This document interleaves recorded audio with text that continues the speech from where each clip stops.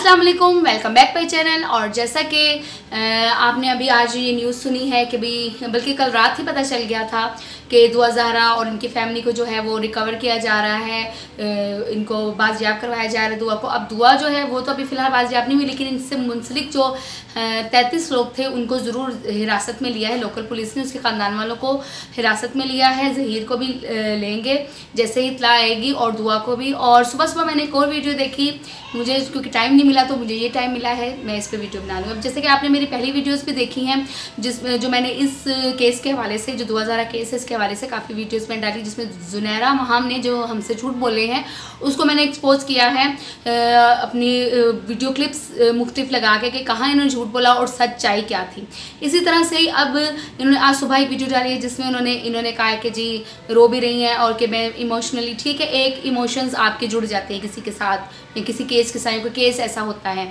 लेकिन आप ये बताएं हमें कि जब दुआ ज़हरा आपके पास थी और आप उसके दुल्हन बना के इंटरव्यू कर रही थी तब उसके माँ बाप पर क्या गुजरती थी? क्या उस वक्त आपको बिल्कुल ख्याल नहीं है? तब ये रोना जो आज आप दिखा रही हैं उस वक्त आपको ये बिल्कुल एहसास नहीं हो? अब आपके अंदर इंसानियत जाग गई है सब कुछ, क्योंकि आपको पता है कि अब आपकी बारी है इनके बाद, इसलिए आपको रोना आ रहा है, ठीक है? क्योंकि अगर आपको इतनी ही हमदर्दी होती और आप इतनी ही इंसानियत के तहत करती तो जो उनके माँ बाप थे ना दुआ ज़हरा के, आप उनके लिए भी रोती कि जब आपने उस बच्ची को दुल्हन बनाकर सामने बिठाकर इंटरव्यूज़ किए हैं और एक बाप की तजलील की अपने हर लाइव में, और आपका जो एक झूठों का टोला होता था उनके साथ बैठकर आपने जो एक माँ बाप की तजलील की है और जैसे अल्फाज इस्तेमाल किए कि आप यकीन करें हमसे वो अल्फाज सुने नहीं जाते थे और हम हैरान होते थे कि आप ये अल्फाज बोल कैसे लेती हैं।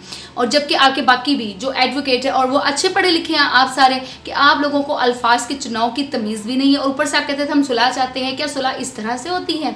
अब आपको रोना भी इसलिए ही आ रहा है कि आप अपने जो रियल मतलब महसूस कर रही हैं और दर्द महसूस कर रही, लेकिन इसलिए कोई आपको हमदर्दी की नज़र से नहीं देख रहा, क्योंकि आपने जितना मजाक उड़ाया है माँ बाप का और जिस तरह से आपने उस बच्ची को इस्तेमाल किया है अपने मकासद के लिए, तो उसके बाद आप कह रही हैं कि बहुत जालिम बाप होगा और ये होगा और पता नहीं दुआ ज़हरा। अभी तो ज़हीर पकड़ा ही नहीं गया, ठीक है? और आपको ज़हीर की बहुत ज़्यादा फिक्र हो रही है जिसने बहुत अच्छा काम किया है। अगर आप कह रही वो बहुत गरीब फैमिली थी, उसने सब कुछ अपना बेच के इस पे लगा दिया, ऐसे कर दिया, तो आप ये बताएं मुझे कि उसने बहुत अच्छा काम किया है। सबसे पहले तो वो काम इस तरह का ना करता ना कि उसको ये सब कुछ सहना पड़ता। जाहिर है जब एक गलत काम करेगा तो उसको उस तमाम फैक्ट्स के लिए तैयार रहना चाहिए।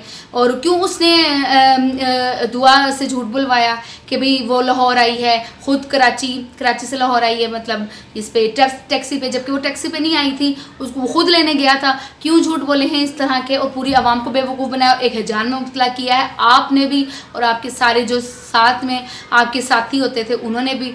तो अब जाहिर है आपको इस सब का सामना तो करना पड़ेगा ना, फिर तो आपको छोड़ेगा तो कोई भी नहीं किया है, तो वो तो जाहिर है फिर अपना लीगल एक्शन लेगा। आप अपने मतलब किस तरह से आपने उसको दुल्हन बना के सब कुछ किया है ये हम सब की नज़रों के सामने है।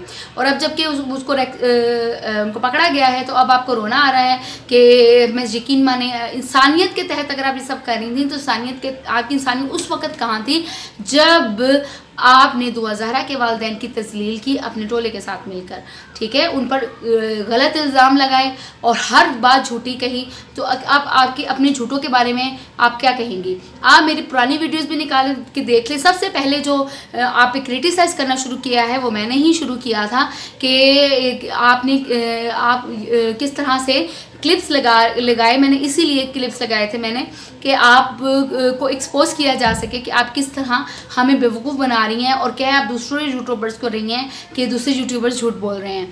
तो हाँ, जो पूरी आवाम है वो इतनी पागल नहीं है कि उनको सच और झूठ का पता ना हो।